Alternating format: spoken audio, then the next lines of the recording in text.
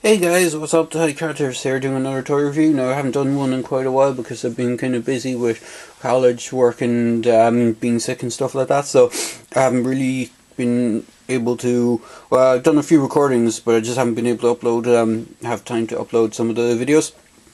With that aside, I'm doing a video for two new figures that I just got, and these are some kind of rare figures because they were the end of the line figures. Well, so far as far as I know, they're end of the line figures. I haven't seen anything about a continuing wave, and they came out well after the initial wave of figures came out. So this is for the Warcraft movie figures of Gul'dan and Garona. These are the movie characterizations of them, not the game characterizations. But for Gul'dan, the characterization, the movie crossover to game is quite similar, whereas with Garona it's a little bit different. But that aside, let's get into the boxes quickly. So the boxes are, they both have the same box, or well, not the same box, but the same similar design box. So you have this kind of big, large window style packaging.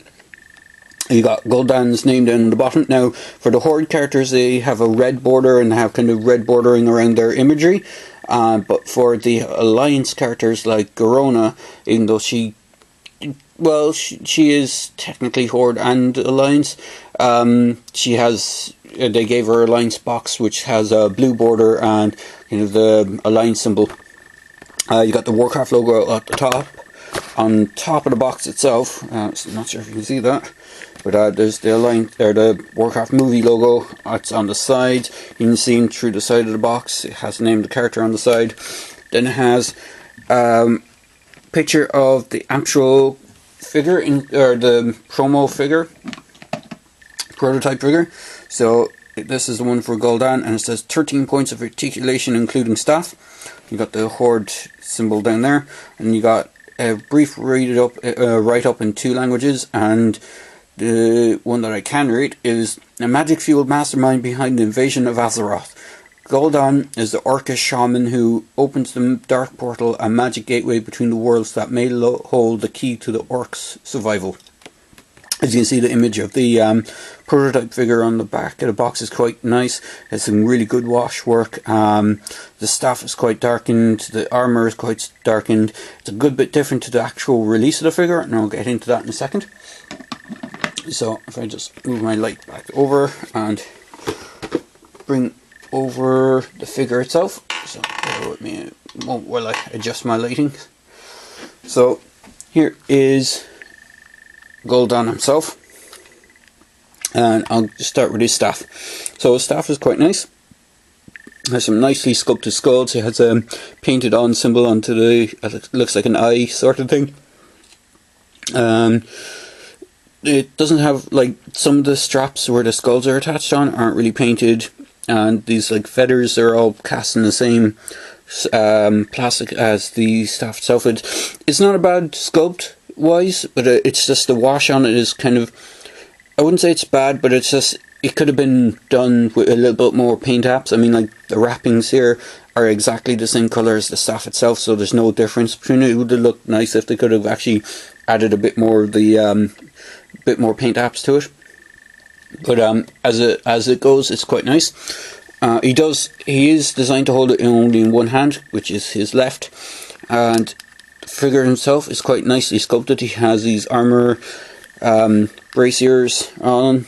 I can't remember, there's stuff kind of poking through them on the sculpt, but I can't remember if they were part of the armor, if they were supposed to be like the spines on his back, because these were actually, these weren't, these are attached to him. They're in the movie. They're not actually part of the clothing or the robes. They're actually part of him himself, due to his nature.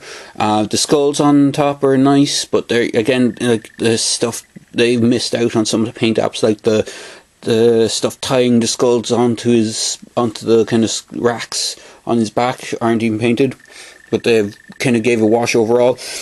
The figure itself is quite nice. He does have he doesn't look as green as the character in the movie. I think he looks a bit more paler than that kind of green. He does have a nice wash to him, but it's not a great wash. Again, like there's tons of nice sculpting details on him, and then there's bits where they just kind of left it and didn't paint it, like these rings holding these kind of bones on. They just left them the same colour as the robes. The robes themselves are nice, but again, they're not brilliant. In a movie, his robes has a lot of detail works kind of sewn into it, where you can't. It would have been nice if they added that in the paint work, but they didn't. But that aside, he's actually a really good figure. He's a great sculpt, but just lacks that extra oomph for the paintwork. Now, articulation wise, he does have joints in both arms, kind of ball socket joints. You don't get a great range of movement because this is all one sculpted piece, the upper robes. So you can get some forward and back. You can rotate them as well, and you get out to the side. Same with the other side. You can rotate and forward and back. You get a little bit more on this side for some reason, I think because the arm socket kind of has a little bit more give, whereas this one doesn't go out as much. It kind of goes up a bit more on the ridge, whereas this one is kind of straight over. If it had a tiny bit more to it, probably would get better joint, or better leeway. You got single jointed elbows with no kind of swivels on them, and then you got swivels on the wrists and a hinge on the wrist as well to kind of go forward and back. Same with the opposite arm. He has joints on the elbow, and you can move his arm in and out, and you can rotate it as well. He has no neck joint whatsoever. It's all part of one sculpt. He does have a waist swivel, but it's kind of weird. You can't really utilize it that much. And the way his legs are done, he does have some great sculpting legs. It looks weird when you pull up the skirt, but I mean, he has fantastically sculpted legs, and he has great articulation. He's got a knee joint and a foot joint. You got a kind of T-crotch, so his legs can go forward and back. But because of the design of the character and because of the way the character is meant to be, you lose all those articulation points because he's pretty much, you can't really do much when his feet are behind a big giant cow or big giant kind of cloak type thing, and you can just kind of push his feet out to the side. This is kind of rubbery enough to give some leeway, but you don't get much out of it. So his feet are pretty much useless. I mean, they could have just left them off altogether and sculpted this completely solid. It wouldn't have made much of a difference to the character. In fact, the only character from the line that I don't have from the entire movie line is the Medivh character, which is the Alliance spellcaster, or he's called the Guardian. And the way they did him is he's in full robes, and his entire lower half is this one kind of sculpted piece. He doesn't have any leg or feet articulation. It's all one big sculpt. So they could have done something similar with Gul'dan here, but they went a kind of different route. But ultimately, it looks nice, but the payoff is you don't get any articulation really from his legs, even though his legs are quite well articulated. So those are the points, minor gripes about Gul'dan. Overall, he's a fantastic figure. I do recommend, if you can get him, to pick him up. I know they were available on Amazon.co.uk. I'm not sure if that's still the case. They're only 10 sterling. If you can get them, there were third-party sellers selling them for ludicrous amounts, for like 60 sterling, and I think one seller was either selling Gul'dan or Garona for 160 sterling. If you can, try and wait it out and see if you can get them direct from Amazon again, if they're sold out again. But I do recommend Gul'dan. He's nice. Get in the right hands of a customizer, he would probably look fantastic and very screen accurate for a custom paint job. Getting on to Garona. Garona is a fantastic figure. Now, I'll get onto her box first. So similar packaging as Gul'dan. Got a picture image of the character from the movie. It's an actual render of the character from the movie. We got some of the warning labels. As you can see, as I was saying, she had the blue logo and the kind of Horde shield, or not the Horde, the Alliance, or I'm not sure what the human civilization is called, but that's their shield emblem. It's a similar design that's on Lothar's shield. You can see the figure in the box, and then you can have a picture of the actual figure. in this case, I think the prototype doesn't look as cool as the finished figure, but I will get into that in a minute. And then it says, Garona, 14 points of articulation, including broken spear and dagger. And then her read-up is, Garona is a half-breed of mysterious origins who is caught up in the world-colliding conflict between orcs and humans. A passionate and courageous fighter whose struggle to belong has made her a survivor. And so that's her box. So getting on to her accessories first, before we get into the figure. This is the spear that they mentioned. It does have this little bit that's attached that you can move out of the way just to get her to grip it, the handle a bit better. I don't remember having a broken shield in the movie. I just remember having a sword. So I'm not sure about the shield, or sorry, the spear. And this is the dagger that she has, and as far as I know, I think this is the dagger that the king, the Human Alliance king, gives her. So, onto the figure itself. It's a fantastically sculpted figure. As I said, the skin tone is actually looks better on the actual figure than it does on the prototype shown on the back of the box. The face sculpt is actually quite nice. I'll see if I can bring it in. Unfortunately, my lighting isn't the best at the moment, and the daylight is getting a bit dark outside, so it's contrasting. So let's see if we can get that. The face sculpt is quite nice. Now, the one big downside with that face sculpt, and it's not the sculpt itself, it's the actual head articulation, is that she actually had none at all. Her neck is one solid piece, goes onto the body, and it doesn't look like it probably is a separate piece, but even if you could pull the head off to try and loosen it up, it looks, the way it's sculpted, looks like you wouldn't have any sort of swivel or anything. The upper arms, where the shoulders are only on a swivel, unlike all the other figures that I have from the Warcraft movie. She doesn't have a joint out to the side, but that's mostly due to the design of her overall appearance. Whereas Lothar, he has joints in the hinge joints up in the shoulders. She doesn't have any.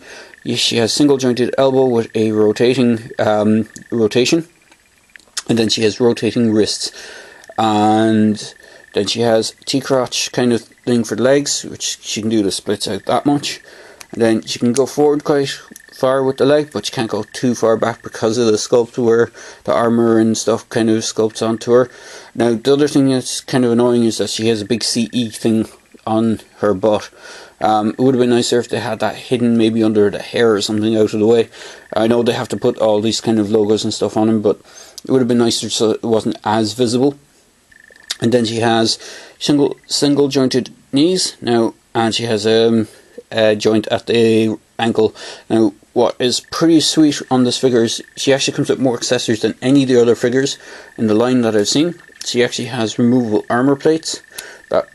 She has 2 wrist gauntlets and 2 leg shin guards. So they come off, and you can get to see the articulation points better on her legs. So she has the single jointed knee, but she doesn't have a full 90-degree bend on it, but it's good enough that you can get some nice poses out of it. And then she has a single joint on the ankle. Now, she doesn't have a twist on the ankle, but her upper leg does have a slight twist to it, so you get some kind of twist movements out of it, which isn't too bad, and you don't notice it as much when you have the armor on, if you're moving the knee out to the side and stuff like that. So, actually, I think I just put the, no, that's the right one. They actually are not good enough to label the, on the inside of the armor plates, which guard goes on which, so that's quite handy. The other thing she has, which I don't remember her having too much of in the movie, is she has all this kind of scarring on her right arm. I don't remember having too much visible scarring in the film. I know she had some scars and battle scars from her backstory and stuff like that, but I don't remember them being so that kind of visible. They were more kind of subtle. But all in all, she is quite good. Now, one other downside to the figure that I have, or minor gripe, is her hands are sculpted in a way that she can only hold weapons in her left hand. She has no open right hand. Her right hand is sculpted into a closed fist. So it is a shame that you can't get much. You can only get her to hold one weapon, so she can't really hold both weapons at the same time. So it is a bit of a shame. But other than that, she's quite a good figure, and as with the Gul'dan figure, I do highly recommend the Garona figure. Now, just for some size comparisons, I have the Lothar figure. Ooh, let me just bring him into focus there. And he's just roughly around the same height as Garona, which makes sense. He was more of a humanized size character. And then for size comparison with Gul'dan, I have the Black Hand character, and you can see Black Hand does tower over Gul'dan a good bit, which is true to form in the movie, because Gul'dan was more hunched over and stuff like that because of all the robes and the way he was. And just so you can see, if I just move in front of them, you see that Black Hand is around the same height as Garona, which is a shame, because technically the orc characters should have been at least maybe a head, maybe 2 heads, but maybe up to here. Technically they should be a lot larger than the human characters. It's just the way they designed the figures, they don't have the exact same height that they did in the movie. And then just for another size comparison, just so you can see how big these figures are, this is my Besman Luke, who is in the 6-inch scale, but unfortunately he's actually quite a small figure, so he's not quite the 6-inch scale. But you can see how he stacks up with the other figures. As you can see, Lothar is actually a little bit taller than Luke, because Luke is actually kind of a small character.